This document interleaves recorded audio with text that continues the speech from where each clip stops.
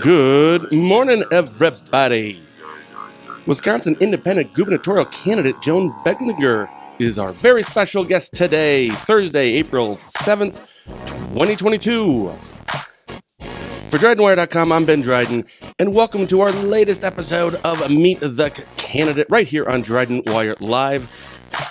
A special thank you to our guest on, I think it was on Tuesday, so this week, Adam Jarkow, who's a candidate running for Wisconsin Attorney General. He joined Barron County Sheriff Chris Fitzgerald and I for our weekly Positive Tuesday with Ben and Fitzy show. In case you missed that, you can find it and all of the recordings of all of our shows on our website at DrydenWire.com, right here on Facebook under the videos tab, or just go to our YouTube channel, youtube.com/DrydenWire. But today, I'm very pleased to welcome on, for the first time on our show, Independent Candidate for Wisconsin Governor, Miss Joan. Joan, good morning. How are you? Good morning. I'm great, Ben. How are you? Oh, fantastic. So I had this wonderful conversation with you about a month ago. It was just to set this up, right? And we just did a quick test, and it takes like 2-3 minutes. We ended up talking for like an hour. Yes, we did. So I love that conversation. Thankfully, I have a terrible memory, so I'm going to be learning a lot of these things or relearning a lot of these things about you again. So first, thank you so much for coming on. Where are you right now, out of curiosity? Right now, I'm in my kitchen in Middleton, town of Middleton. In my kitchen, there you go. Yeah, town of Middleton, outside of Madison. Oh, sure. And what's the weather like down there? Because it's kind of snowy and up here. It's dreary here, actually. We have some snow flurries coming down, so I haven't looked at the weather yet, but I think it must be pretty cold. Yeah. So I love doing these Meet the Candidate episodes because I'd never write anything down. Well, I usually don't anyway, but I especially don't when it comes to this, because it's really just an opportunity for everyone, including myself, just to get to know you a little bit. So first, if you don't mind, let's kind of start from the beginning. Where did you grow up? Tell us about your childhood, your high school. Tell us about that. All right, I'd love to. I'm a Wisconsin girl, so I've lived in Wisconsin my entire life. I grew up in New Berlin. Some of you may not be familiar. It's in Waukesha County, and I am one of 7 kids. So I grew up in the house my dad actually built with his own 2 hands. It was about 1,300 square feet, and there were 9 of us in there. So there was no such thing as something called privacy. I've been married to my husband, Brad, for 48 years. Congratulations. He is a retired engineer, and he also grew up in New Berlin, or moved there when he was a teenager. Mm-hmm. So a couple of things I'd like to tell you. My family is probably one of the most important things to me in my entire life. My dad was a fighter pilot in World War II. He flew P-47s, and he was shot down and badly wounded. He actually was strafing over Italy, and he was shot down. And he had to reach down into the flames to undo his harness so he could bail out. So he was badly burned. And when he did bail out, his parachute did not open till treetop level, and his plane exploded shortly after he made it out. So he was a POW for about 7 months, and he was liberated by Patton. He was one of 6 brothers in the war. And his oldest brother was a tank commander. He was killed. So I tell you that, I tell your audience that because you're going to find that my love of freedom is a very big draw why I am a candidate for governor. So I tell you that, but I grew up in a great family. My brothers and sisters are my best friends. It was in my family that I learned how to live. We had parents that wanted us and loved us, and they taught us right from wrong. So it was a great life. We went to New Berlin West High School, and we all went on to have great lives. So I had my first job when I was 15 years old. I worked at the Five and Dime that was walking distance from the house.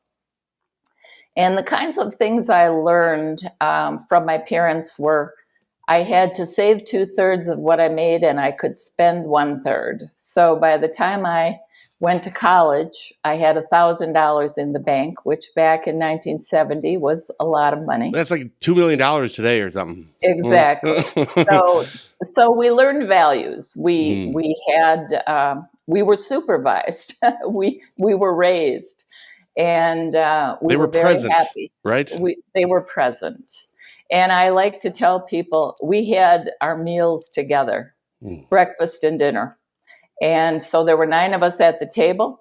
And you learned a lot from your parents at the table, and they learned a lot about what you were up to. Yeah.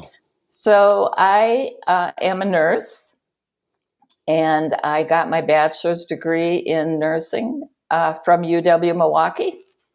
Well, hold And on a second here, if you don't mind me interrupting. Why did you go into nursing? Was it just when you were 15? I'm getting a job at the Five and Dime so I can save, so I can go to college, so I can be a nurse because I know that's yes, what I want to do. from as young as I can remember, I wanted to be a nurse. And people ask me why all the time. And the truthful answer is I have no idea.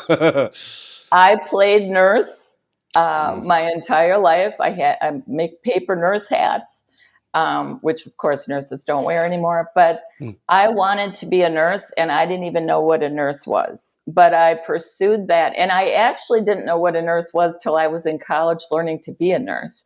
Because I'll just, as an aside, tell you that a lot of people don't know what nurses are. Nurses are knowledge workers, and people know what nurses do by what they see us doing. They know that we give medicine, they know that we change dressings, we know that we teach people, but they don't really understand that we are knowledge workers who are constantly analyzing a situation, making judgments about what needs to be done, and making a plan and managing outcomes. So that's just as an aside. I can't tell you why I chose nursing, but I could not think of a better career. And I like to describe it as a profession of human connections. And there is no profession I can imagine where you can make a difference in people's lives more than you can make it in nursing.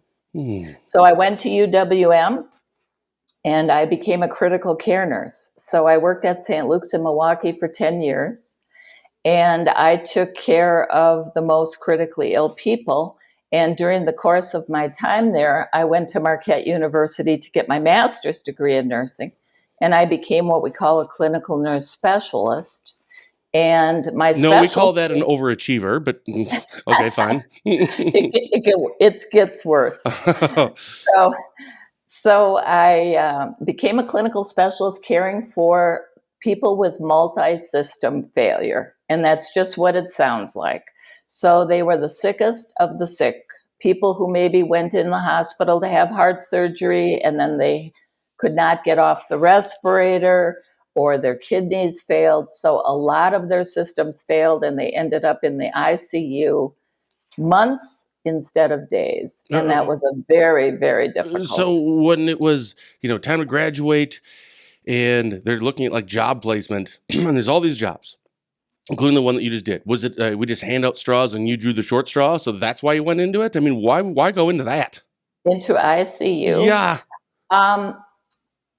I like to be where the action is, and I like to be where I have to think on my feet, use my critical thinking skills, intervene, and have an opportunity to really make a difference. Over the years, a lot of people have said to me, you've seen a lot of death, you've seen a lot of sadness. How do you stand that? Yeah. And my answer to that, if you are a person who gravitates to critical care, it is not a negative stress on you. I realize that these things happen in life, whether I'm involved or not, but the opportunity to make the difference that a nurse can make in a patient and family life, there's nothing like that.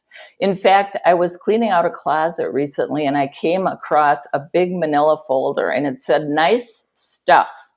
And I had no idea what was in there. And I went in there and there were letters and letters from families and patients and doctors telling me that I had made a difference. So it's the best if you're suited to it, Right. and I definitely was. Yeah, I've been told that the greatest kind of feeling or reward you can only get that dependent on what you had to sacrifice for it. The doing what you were doing, then getting those letters, considering the things that you were doing, it just impacts it so much more to do it. But again, I mean, thank you so very much for doing what you. What? And you're right. That's something that I've never actually. We all say thank you so much, especially during COVID. Our nurses are these are the frontline workers, right? I mean, of course. But you're right. I've never really actually thought about. So what exactly does entail being a nurse? I've never actually thought about that before. Well, you are working with people who are either ill or trying to stay well. There's a whole continuum, which is another exciting thing about the health professions. I mean, you can be involved with people who really are the most critically ill there are, or people who are well and trying to stay well. So there's a lot of different things you can do. But in a nutshell, what you're doing, you have a very broad body of knowledge. You've studied many of the sciences and the social sciences, and you have a broad base of knowledge. And so you're continuously evaluating the situation you're in with the patient and family, and you are making judgments about what's the situation, what are the options, and you're always focused on outcomes. And I think that's another important thing to mention, because you're going to find that outcomes are a major focus of mine as I pursue the governorship, because we are really lacking in outcomes. And outcome management is one of my areas of expertise. Yeah. We're chatting here with Wisconsin Independent Gubernatorial Candidate Joan Beglinger. If you have a question for Joan, please put that in the comments. So how do you, before we kind of move on here to talk about more the race, and kind of right now we're in the spot in your career and your life talking about being a nurse. So how do you deal with I don't know how to say it, the death, the tragedy, how do you cope with it? How do you decompress? How do you handle it?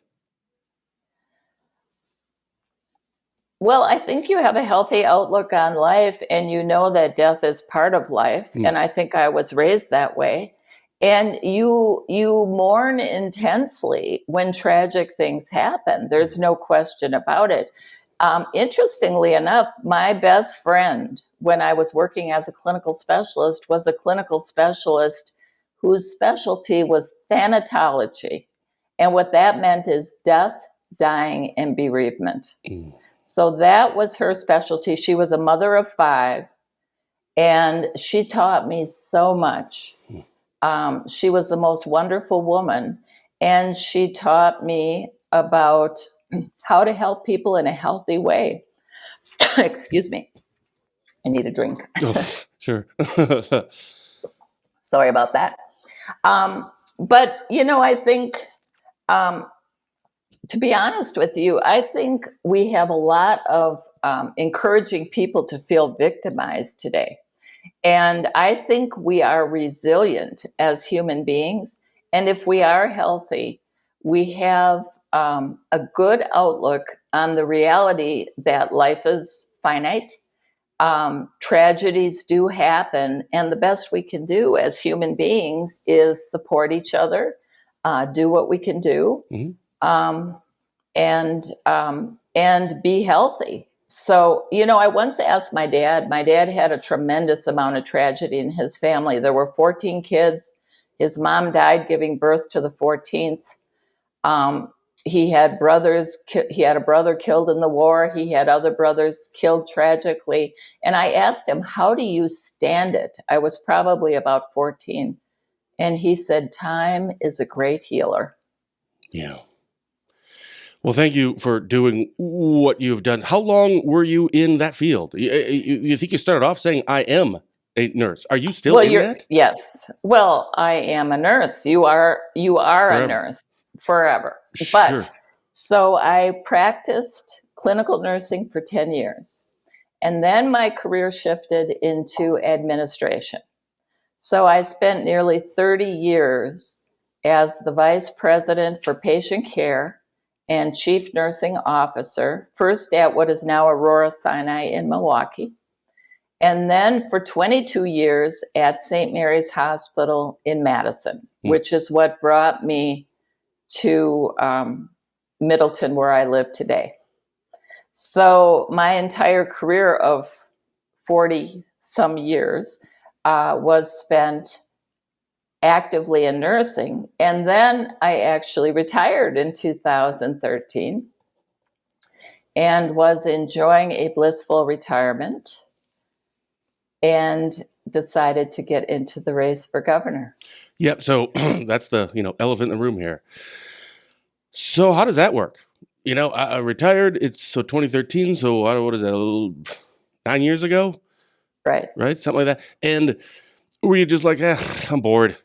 Was this something that was kind of brewing a little bit, or you were being asked to, or did you just, I don't know, wake up one day and said, I know, I'm running for governor? No, not quite that way on any front. The last thing in the world I ever dreamed of doing was running for governor. I have had no aspirations to be a politician for sure. But there is one thing that has brought me into this race, and that is I love to live free. And as I said, I have, I mentioned my dad and his family. My oldest brother was a helicopter pilot in Vietnam. He was shot down and badly wounded, and if not for the bravery of the men he was fighting with, he'd be dead. I know, as many millions of us know, what has been given for the beautiful gift of freedom we have, and our freedom is under assault. So I have been experiencing that, as everyone in your audience has, everyone in our country has, and I've been watching, and I decided that I cannot sit on the sidelines and watch what is happening to our freedom, because if we do not rise up as people and push back hard, we are not going to be living in a free country. If you would allow me, or maybe indulge me a little, I want to circle back to what you just said. Freedom, our freedom is under assault. Could you elaborate on that as to what you mean? Are there specific things that you're seeing? Yes. There are a number of things, but let me just outline a couple of them. First of all, I think dependence and division are being used as political strategies to grow the size and scope of government. What? No, that's just... So that's very concerning, whether it's dividing us by haves and have-nots, race, gender, age, you name it. Division is an absolute strategy, and dependence. Your audience will find, as they get to know me, that I am 100% committed to the idea that we have to be self-sufficient if we're going to live free. And we have a government now that is telling us that the government should take care of us, and the government should send us a check for this or a check for that. So dependence and division are big. The political parties have corrupted themselves. So I am running as an independent, and that is a steep uphill climb, but it is doable. And I have been traveling this entire state for a year, and I have met thousands of people, and they are ready for change.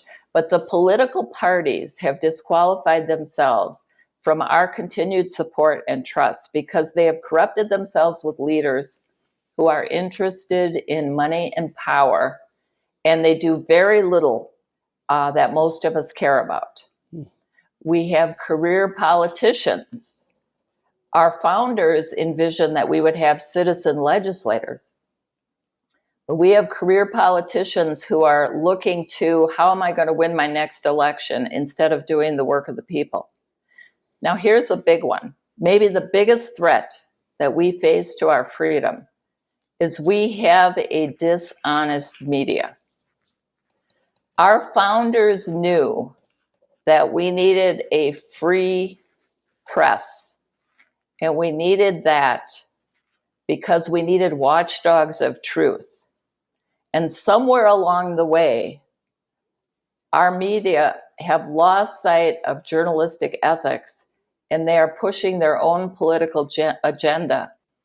And it is extremely difficult for everyday people to get the truth. And that if our media was doing their job, all of the other threats that we face would not be nearly as serious. Why do you think that is? What changed in media where now it's everything has, if it isn't a political slant, it is a slant of something, some way, shape, or form. It's almost like more opinions are getting put into just reporting on something that should just be factual. Well, now all of a sudden it's different stuff, and it's what? When did this start, and why do you think that happened? Well, you're actually asking me a question I don't think I'm qualified to answer. The motivation, we're all at risk of being corruptible. And I think there is a lot of alignment between members of the media and people in power. And I have a brother who's a journalist. My brother, Dick Ellis, is the publisher of On Wisconsin Outdoors. Many of your audience probably know it. Awesome. It's free in the Quick Trip every other month. It's very popular. He is so disgusted with his profession, and he is constantly in search of the truth. So we obviously have some journalists with integrity. But, to be honest with you, Ben, if you think about it, we have really devolved as a society, I think, since the 50s and 60s. I don't think where we're headed from a morality standpoint, from a self-sufficiency standpoint, just in general, I think as a society we've devolved. So why would we think our journalists would be any different? We look in the mirror and we are who we are, right? So the journalistic profession is going to have to right itself, or we are going to be in serious trouble. But typically professions really need to govern themselves. And, the why, maybe it's just that they're part of the larger society. And I don't think we're headed in a good direction. So you're January, I don't know what it would be. You're elected governor. So some of these things that you're talking about right here, what do you do? How do you fix it? Well, the governor doesn't, fix things, but I can tell you how I'll govern. I'm running on my competence. Okay, so this is what is distinguishing me from every other candidate in the race, really. So the governor is the chief executive of our state, and we have a $40 billion budget, and we have 30,000 employees. And you don't just, typically the people who want to be governor, want to be politicians, have absolutely no expertise, no experience, none of the skills required to actually effectively produce outcomes. So I am running on my competence and my character, of course, but my competence, what I'm emphasizing is every politician in the race is going to tell people all the wonderful things they're going to do for them. But competence is not what we say we're going to do. Competence is what we've actually achieved. And in my nearly 30 years as an administrator, and particularly my 22 as Vice President of Patient Care and Chief Nursing Officer at St. Mary's, we achieved some of the best outcomes in the country. And so what I am saying to people is, I will be a manager of outcomes, and everything we do will be tied to outcomes. For example, $20 billion has flowed into our state from the federal government under the guise of COVID relief. Where is that money? We have no idea what, if any, outcomes have been produced by $20 billion. That isn't how I will manage. We will know exactly what we're trying to accomplish. It will be very visible to people, and we will be measuring what we're actually doing as we go. Sure. We have a excuse me, a question here from Steve. How, as an independent, do you plan to affect change when you will have to, at some point, side with partisan legislators? Thank you, Steve. Yes. Great question. Yes, I get asked that a lot. A lot of times people say to me, well, people won't work with you because you're not part of their party. And then my response to that is, that's exactly why I need to be running if that's where we're at. I have no political agenda. The things that I will be trying to advance on behalf of our state will be things that I am explaining to the people what I'm doing, why I'm doing it, and what the outcome will be that will be beneficial to our state. So if people are unwilling to work with me, obviously, if I am elected, and I expect I will be elected, it will be because the people wanted me to be the governor.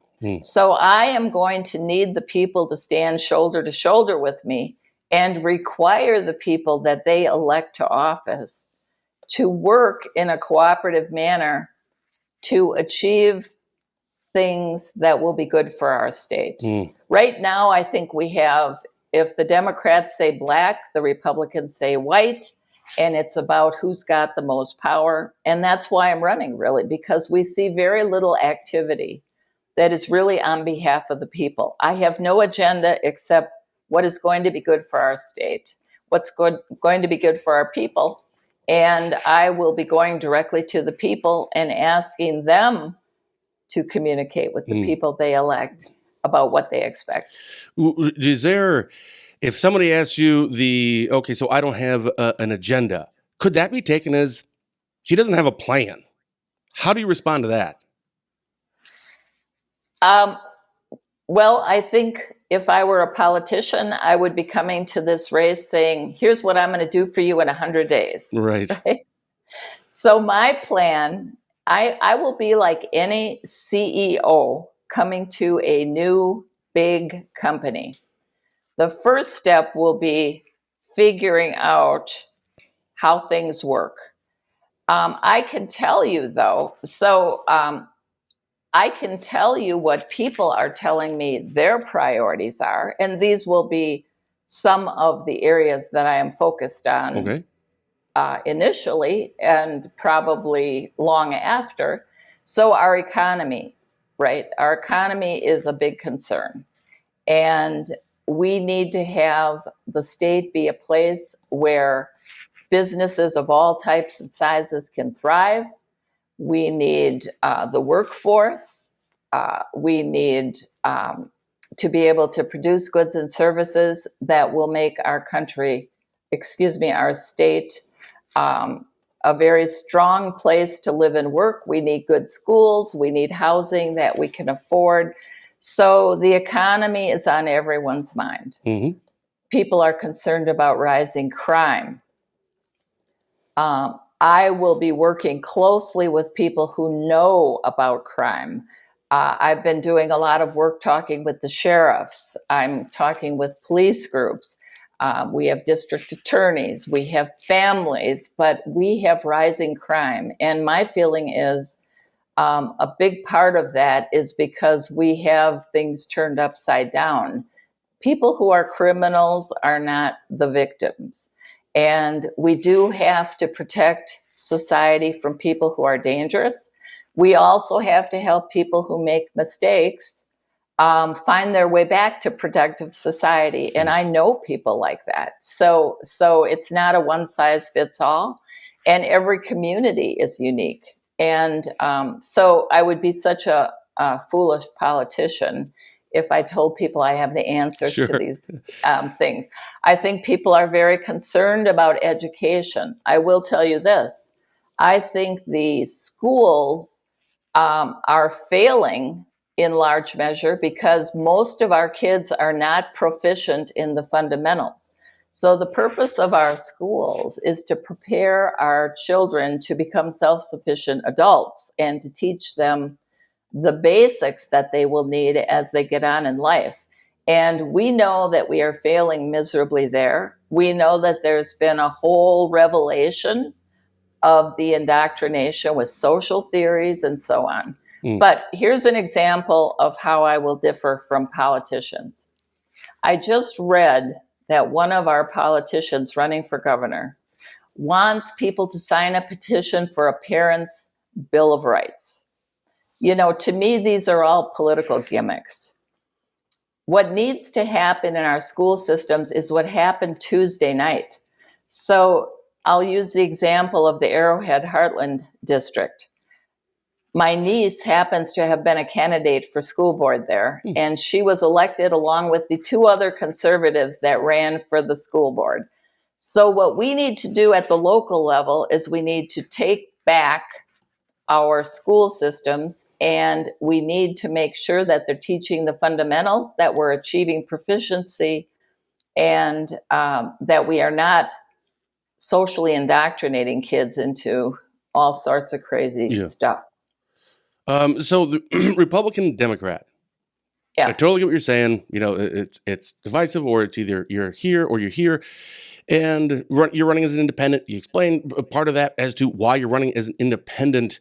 But for people, and we love to have you on the show again, because right now we just want to get to know you a little bit. So then we can talk like more issues and stuff later down the road. But for just a kind of a quick snapshot, one of the nice things, well, convenient maybe, about knowing if somebody is a Republican or knowing that they're a Democrat, you at least kind of get this basic idea of, I'm not talking about social issues, but a lot of this stuff in big government or, you know, raise taxes or put, at least you get okay, now I just got to figure out like what level Democrat are you? Are you progressive? Are you way out there liberal? Or if it's Republican, is it just a little conservative, or you're crazy right-wing stuff? But so where does that fall? How do you address those things when, as an independent, it could mean kind of anything? I'm not looking for you to identify as a conservative or something, but where do you fall in some of these things when it comes to some big topics that people already kind of know where their candidate stands just based on the R or the D next to their name? Well, I might push back a little bit and say they think they know where their candidate stands until they elect them, and then they see nothing really happens that they hoped would. But I have no problem. I would describe myself as a conservative, but I would go on to tell you what I mean by that. I understand, really for me, this is all about what is government for? Our government exists to protect our rights. We do not get our rights from the government, and the government is only legitimate if it has the consent of the governed. So I will not be a regulator. I believe for the most part, the government should stay out of our way and let us pursue the American dream. I will talk to people about anything they want to talk about. I will not be couching what I believe and how I will govern in some political test of which way the wind is blowing. And if people go to my website, which is beglingerforgovernor.com, they will see that I have written a lot, and it's not for the faint of heart. I speak the truth, and that's another important aspect of my candidacy. I will always tell the truth. I will always seek the truth in all matters. I will shine a light on the truth for everyone to see, and that is something that we do not get in today's world. So there is no problem whatsoever with people knowing exactly where I stand. And I believe that people would describe me as conservative, but they will also recognize as they get to know me that I have the competence to govern in a way that no other candidate brings to this race. Sure. I wrote down one other thing here. I was talking to somebody yesterday, and this is one of those, I don't know. I kind of want to bring this up, but I don't know how to really do it. But I think Tony Evers, from a campaign standpoint, was like, I don't know, like 10 million or something. Rebecca Clayfish, who is, as of now, kind of the front runner for the Republicans, somewhere around 3 million, something like that. So it's a lot of money. I mean, it's a big race. Money, should it be there? Shouldn't it? Is it that important? I mean, it's a state. You're running for governor. It's a big deal. Do you think that you'll be able to match that when the time comes? Because a lot of this stuff will happen kind of after the primaries. And do you think, and if you can't, do you need to in order to win? Because even though I don't want to be a politician, I'm an independent. I don't want the divisiveness, Republican. At the same time, that's just kind of how it works. That is how it works. And I think that's why we're so dissatisfied and why government isn't working. However, so the answer to will I be able to match it? Absolutely not. There is an obscene amount of money in politics, millions. And in fact, I think one of the things that tells us really what a bad spot we're in is that the media, the parties, they all measure how well they're doing by how much money they're raising. So this is what I am doing to counter that. First of all, what I want your audience to know, because it's the one thing I have going for me as an independent that the party affiliates do not have. I will be on the ballot. So all that I have to do to meet the requirements for ballot access is beginning April 15th, which is next Friday, running through June 1st, I have to collect 2,000 nomination signatures. I am on the ballot when I do that. And believe me, I will do that. So there is no primary. Right. So Tony Evers will be on the ballot. I will be on the ballot. And in August, the Republicans will have a primary. And one of them will be on the ballot. I analyzed the 2020 election, and if we have a similar turnout, I need 1.1 million votes to win. Now, what have I done to compensate for the fact I have no big party machinery and I have no big money? I entered this race a year ago. Last April, I formally entered the race, and I have been on the road nonstop for a year. I have been all over the state, every corner. I have met already thousands of people, and I will be on the road until the election. My brother, I mentioned, is the publisher of On Wisconsin Outdoors. He's giving me a column. He's donating space in every one of his issues, and that is throughout all 72 counties. And it's very popular. 100,000 copies fly off the shelf. That's helpful. But I am going to the people, and I am telling people we are meeting the people at the grassroots, and we are creating a tsunami of support, one voter at a time. I believe this is the year an independent can win. Now, the parties have a stranglehold. And they want to shut me out. The candidates who are party affiliates want to shut me out. But the people, I'm telling you, that I'm meeting are extremely receptive to the idea of an independent. I cannot tell you how many people have told me they have had it with both parties. And I believe this is a race we will win. So I'm asking people to take a look and to cast aside the fear that an independent can't win, because as I like to say, nothing has ever happened until it's happened. Until it's happened. Do you have, is Ballottopedia, something like that? Ballotopedia. Yeah, that's something. It was like a month ago. I thought I saw, but I probably should have double checked that, another independent that was running. Is that, maybe it was just, is there anyone running as an independent as well? There may be. I met someone about a year ago who said he was an independent running. I can't recall his name. If you go on the WEC website, they have a whole list of people that they say are running that are Republicans and Democrats. Well, we'll wait till June 1st or June 2nd and find out. Exactly. I will be on the ballot, and I believe we can win this race, and I hope people will go to my website. I hope they will click on join my email list, because I am sending out a weekly update to everyone on my email list. I have a campaign, Ben, that you might appreciate, that is counter to the millions of dollars. We have a goal that 10,000 people will give us $10. So first I have to earn people's vote.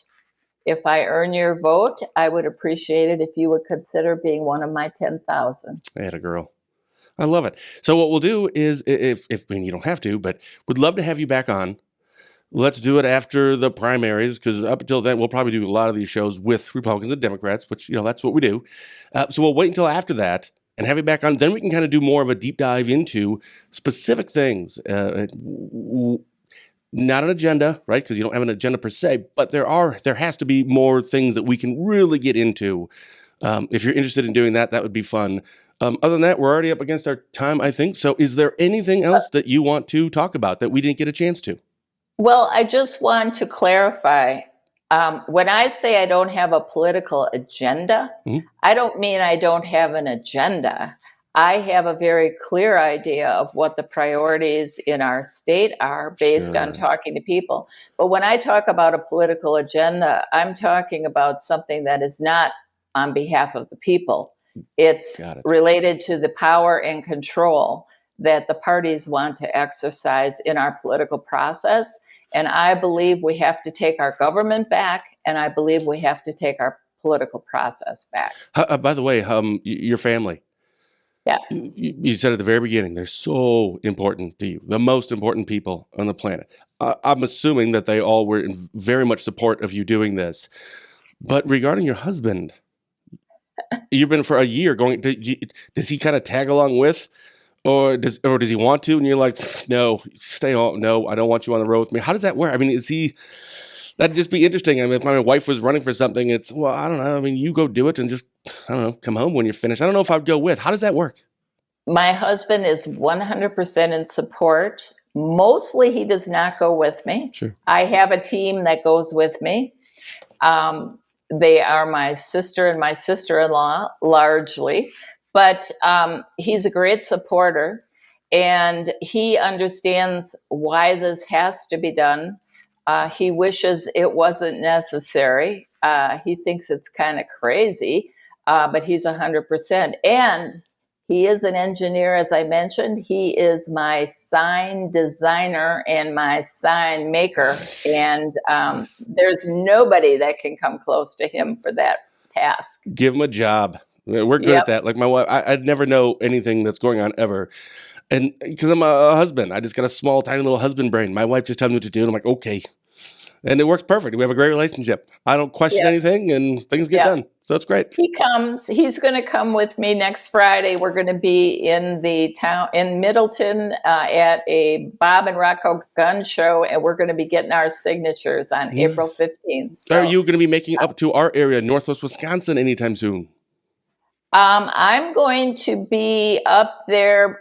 So Northwest Wisconsin to me is a big space. I'm going to be in Hudson for a Cinco de Mayo event on the 5th of May. And I'm going to have a fundraiser given for me in Sorona at the Perlick Distillery. I just heard about that a couple of days ago. Oh, you did? Yeah, I just heard about that. When is that one? Maybe we already said it. June 29th. No, it's it'll all be out there posted. Yes, Tom Perlick and Scott Perlick and their families. Oh my gosh, they have been so phenomenal, and they are going to do a fundraiser for me. Aww. So I'll be up there then for sure, and I'm going to be in Clark County at Farm Technology Days in July, in a town called Loyal that I've never been to. Yeah. I've heard of it, but I've never been there either. But I will make sure I'm there, or I'll probably go. Or not sure if I'm invited. RSVP. No, but when you're coming up to Toronto, that's just, right down the road here. So I'll make sure I catch up with you at that point. That will be fabulous. Joan, thank you so much. Thank you so much for having me. And I really invite your audience to please go to my website, and I hope to earn your vote. Thanks so much. I wish you all the best in your campaign in the upcoming election. But again, we'll have you on before because you will be on the ballot in November. So we'll have you on after the primaries, Wonderful. and we'll talk more. You invite me, I'll be there. You got it. Special thank you to my guest today, Wisconsin Independent Gubernatorial Candidate Joan Beglinger. Thank you for watching, and have a blessed day.